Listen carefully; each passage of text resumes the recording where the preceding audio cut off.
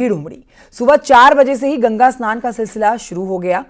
मकर संक्रांति पर्व पर गंगा स्नान का विशेष महत्व होता है और इस दिन गंगा स्नान करने और दान करने का विशेष महत्व है, जिस पर फल की प्राप्ति होती है।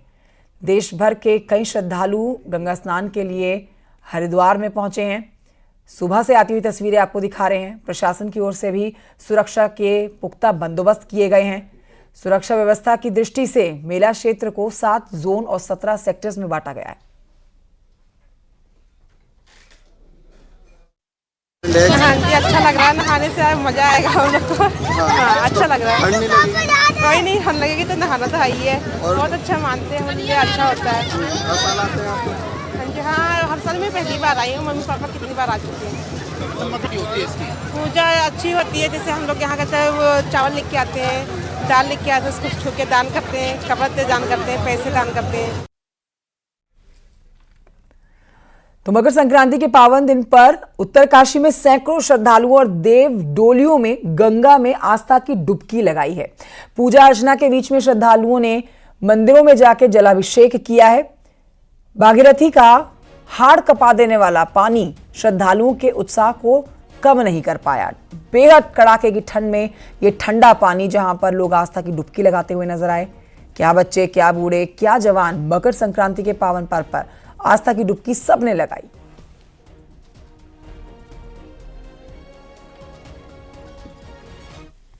हजार लोग जो है यहाँ पे एकत्रित हुए, देवी देवताओं सहित, और जगह जगह के देवता जैसे हरि महाराज, खंडार देवता और पूरे क्षेत्र के जनपद क्षेत्र के देवी देवता जो है यहाँ पे स्नान करने सुबह सुबह आए और बड़ी भीड़ में बड़े श्रद्धालुओं के साथ जो है लोगों ने यहाँ पे स्नान किया।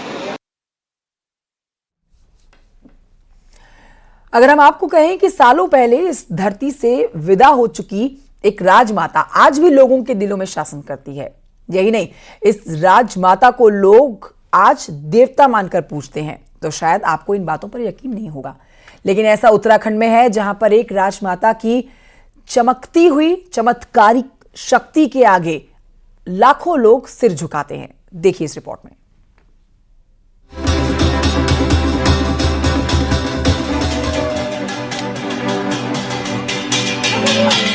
जागर की ये दृश्य कत्यूरी जागर के हैं, जो अपने कुल की आराध्य देवी मां जिया की आराधना के लिए हल्द्वानी के करीब मौजूद प्राचीन गार्गी और आज के दौर की गौला नदी के किनारे पहुंचे हुए हैं,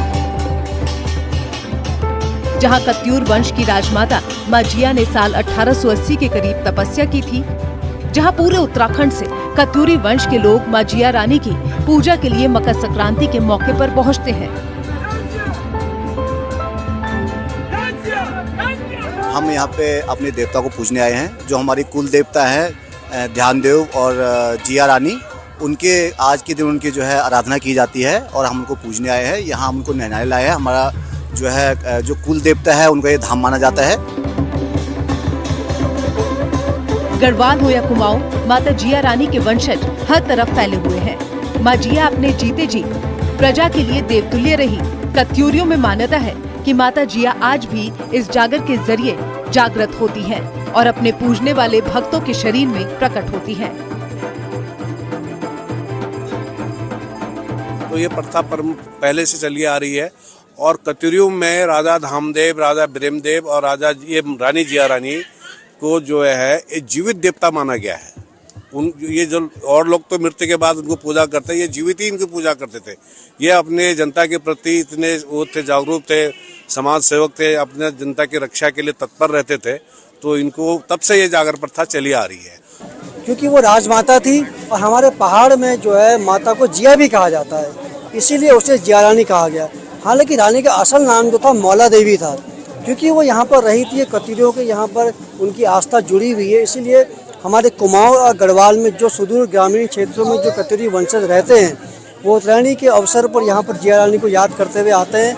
अपने पारंपरिक वेशभूषा में आते हैं, अपने ध्वज के साथ आते हैं और वो जय जिया के उद्घोष के साथ यहाँ पर रात्रि जागरण करते हैं। यहाँ पर जागर का लगाया जाता है। दरअसल कत्यूर वंश का इतिहास अत्यंत गौरवशाली रहा है। कभी पश्चिमी नेपाल से लेकर अफगानिस्तान तक इनका शासन था और इस कत्यूर वंश से जुड़े लोग खुद को भगवान श्री राम का वंशज कहते हैं। और उत्तराखंड में रहने वाले कत्यूरी लोग माता जिया को अपनी आराध्य देवी मानते हैं, जिन्हें पूजने हजारों लोग हर साल मकर संक्रांति के दिन रानी बाग चले आते हैं,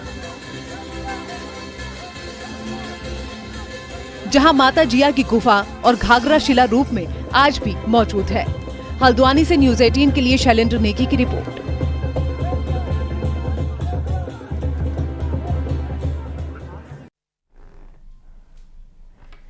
एक छोटे से ब्रेक के लिए यहाँ रुकना होगा, जल्द लौट रहे हैं।